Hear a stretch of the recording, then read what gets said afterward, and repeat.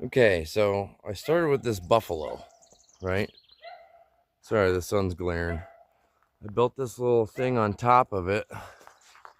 See, a little shack type thing. Got a solar panel up there, and it charges.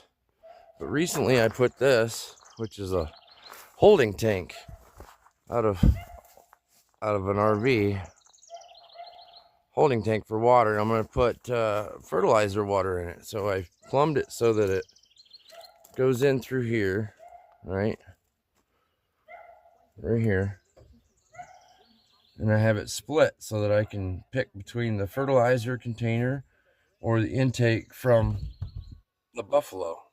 So I select here, it goes in, and originally I had this spliced into here so that I could use a hose on one end to draw from that source, and then on the other end I could draw from the ditch over there.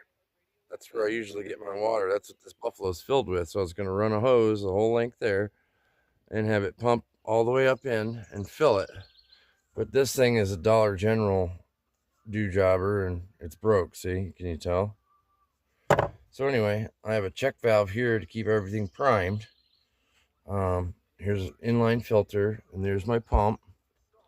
There's my battery that's connected to the solar panel, and here's my charge controller to make sure everything's working correctly. I got a cutoff switch right here, so that way I can turn it on and off the master way, you know.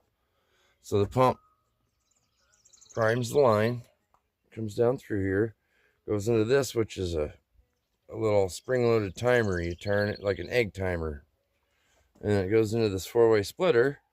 As you can tell, I've got a few things attached here. Some of this stuff isn't actually hooked up yet. This one is, and there's another flowback valve in here to make sure that that line stays primed. And this goes to my main line there that's strung all throughout here that I water with right now because I don't have everything else hooked up. So you turn the timer or put it on bypass so it stays on the whole time.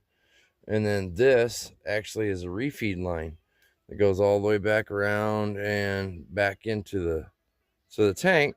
So that way when I have this on here, I can select the fresh water source and then flip the switches to make this the outlet, so that way it will pump into the tank. But my plan is to get these two hooked up. Well, see, the line goes around here and down into the ground right there, and then it goes under the ground and comes up right here. See, there's